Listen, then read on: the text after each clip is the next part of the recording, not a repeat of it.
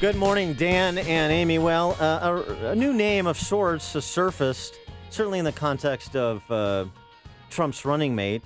He is retired Lieutenant General Michael Flynn, and he was on with Martha Raddatz over the weekend, kind of introducing himself because he's allegedly being vetted for to run with Donald Trump, although he was a bit obtuse about whether he is being vetted or not. But he was being vetted by ABC News. He was being vetted by ABC News, and he talked about growing up in a small town in Rhode Island, grew up in a strong Democrat family. Hey, isn't every town in Rhode Island small? I'm just saying, I mean, if you've been to Providence, it takes a 5K and you go through the whole town. This is true. And Providence overrun by Democrat corruption over the years, too, by the way, much like a bigger town that we reside in. But General Flynn had this to say about the modern Democrat Party. I grew up as a Democrat in a very strong Democratic family. I'll tell you that the Democratic Party that exists in this country is not the Democratic Party that I grew up around in my upbringing. So the party left him. He didn't leave the party, so to speak. And then Flynn also gave a little bit of insight into why he may be on the short list to be Trump's running mate, based on the kind of directness, I would say, of his answers. For example, responding to Hillary Clinton's response to the Dallas shooting.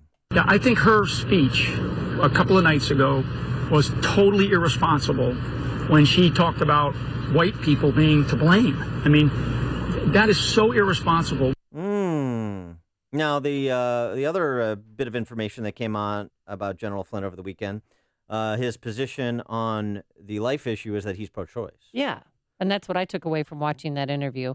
He didn't seem comfortable in his own skin. I don't know if he's the best vice presidential candidate, but on that issue alone, is that acceptable to the establishment Republican Party for him to be pro-choice? Well, I can't. Our next guest, Fred Barnes, may be able to correct me on this, but I don't recall a pro-choice Republican candidate on the national ticket. And so that would be an issue. I think Flynn is comfortable in his own skin in the sector in which he's comfortable, which is military. I think when you get these guys talking about issues they really haven't dealt with except perhaps on a limited basis, haven't maybe even thought about, then sometimes the answers are not of the same quality as if you were talking about troop movements in the Middle East. But for more on the Trump VP vetting, with just a week to go before the convention, we're happy to be joined by our friend Fred Barnes, the executive editor of the Weekly Standard, weeklystandard.com. Fred, thanks for joining us. Yeah, glad to join you all. So what's your assessment of General Flynn? Well, he's not the guy to be a running mate in a national election. Look, he's very great, very strong on what he does, and that's intelligence and national security. He'd be great on that, but he's obviously limited on other things. You all were talking about who was the last person on a Republican ticket who was pro-choice. Probably Gerald Ford in 1976. I can't think of anybody since then. Yeah. And that's a long time ago. So what's that? 40 years ago. It would be, if you put somebody on the ticket, it would become a huge issue. It would divide. Well, it wouldn't divide the party because the majority of the party, the Republican Party, would be against Flynn on that issue. And it's look. We have a pro-abortion party and a pro-life party. Democrats. Think if Hillary Clinton tried to put some pro-life Democrat, and there are a few, as her vice presidential running mate, wouldn't work there. No. So what? Who's still on the list? I mean, Senator Bob Corker said no. Senator Joni Ernst said no. Who's left besides Newt Gingrich and Lieutenant General Flynn? Well, I think Chris Christie.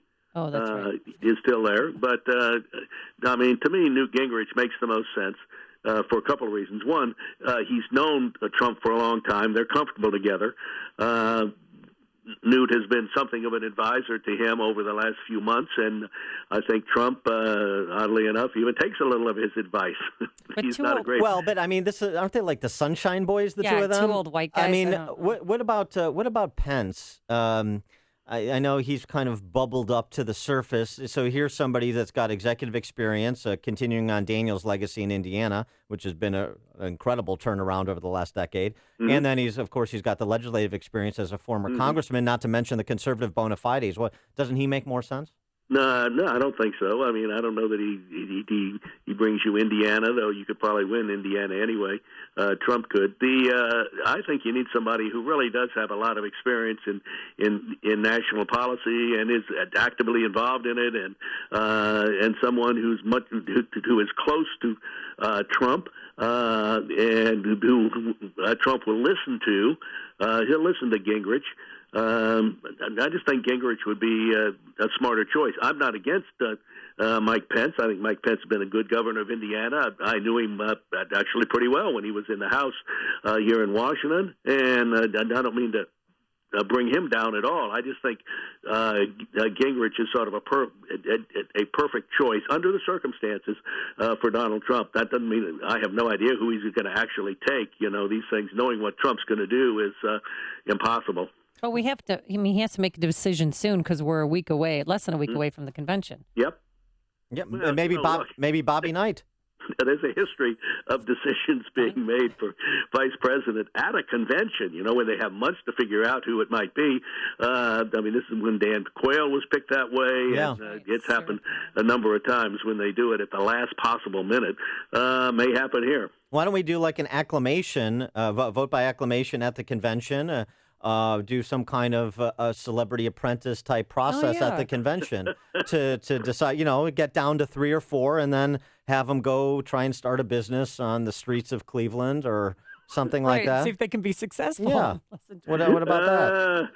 Well, you know what? The last time, I think it was in 1956. Not that I was there. I'm not that old. But the 1956 Democratic Convention, they threw it open to the floor to pick the vice presidential running mate to Adlai Stevenson. And that's when JFK became extremely prominent there because he almost won it.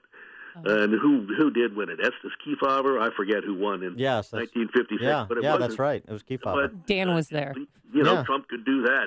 I think that'd be crazy to do that because you don't know who you're going to wind up with. You might wind up with Ted Cruz, and they're not exactly. Well, that's the thing. Senator Ted Cruz has agreed to speak at the convention because they made up the other day in Washington, D.C. Is there still hope for Ted Cruz to be a VP candidate? I doubt it. You know, look, you need to have somebody who's not your sworn enemy. It's one thing for him to speak at the convention, probably give a very good speech. He's a good speaker, but you know, as your vice presidential running mate, that'd be a little awkward. And on the other side, where is it still trending towards Tim Kaine for Hillary Clinton, or what's your sense? It makes the most sense. You know, one thing.